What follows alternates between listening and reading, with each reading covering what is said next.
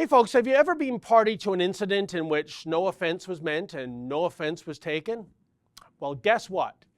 If you don't care to act offended, then the social justice warriors out there will act offended for you.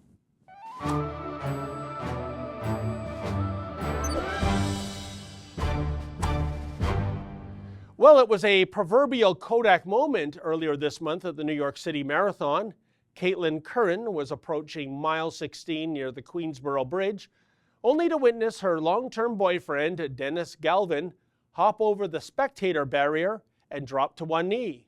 Yes, Curran received a most welcome surprise as Galvin proposed to her. The New Jersey nurse enthusiastically said yes, and then with her ring finger adorned with a diamond, off she bolted to finish the marathon. So Curran got the surprise of her life, and she got engaged, and CBS News covered it, and everybody lived happily ever after, right?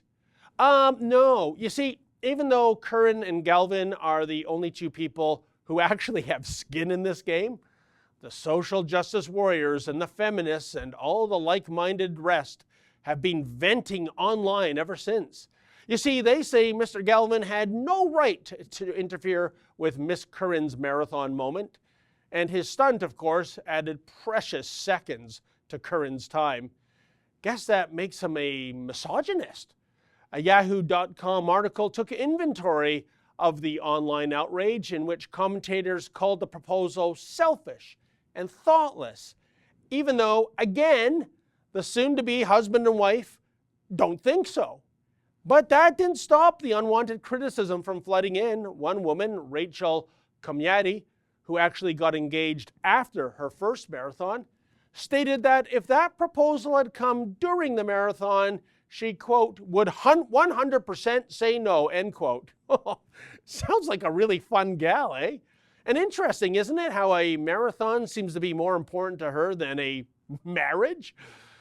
Then someone with the handful grateful chimed in, quote, if he really loved her, he would have waited until after the race, given her a massage, taken her to a nice dinner, left her alone all night so she could have a nice long rest, woke her up the next morning with homemade waffles and strawberries, then asked her to marry him. Geez, end quote.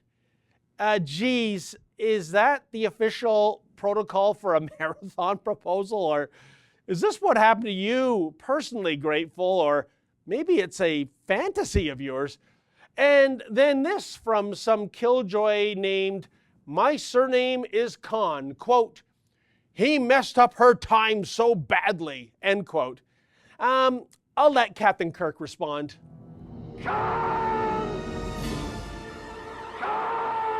It's amazing. I mean, forget about I think, therefore I am. For today, we have an entire battalion of SJWs out there who subscribe to the mantra of I exist, therefore I am offended. Indeed, thank God these perpetually offended oafs weren't around in 1945. Remember Alfred Eisenstadt's famous photograph taken in Times Square on VJ Day depicting a jubilant sailor spontaneously kissing a nurse? Well, if such an incident like that happened today, I'm 100% certain it would be condemned as a Me Too moment by the usual suspects. In fact, it brings to mind the ongoing controversy over the Washington Redskins' nickname and logo.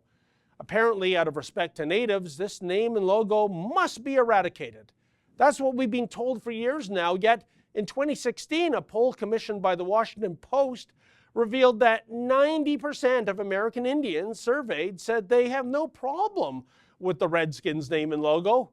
Oh, wow, how I bet the Washington Compost really hated publishing that poll, given their PC narrative. Bottom line, whether it's a surprise marriage proposal or a football team nickname, the underlying message that the SJW set subscribes to is abundantly clear. Namely, if you and I and the majority of reasonable people are just too damn stupid to know when we're all being offended, well then, Generation Snowflake will get offended for us. Thanks, guys. How could we ever cope without you and your moral compasses? For the Rebel.media, I'm David the Menzoid Menzies.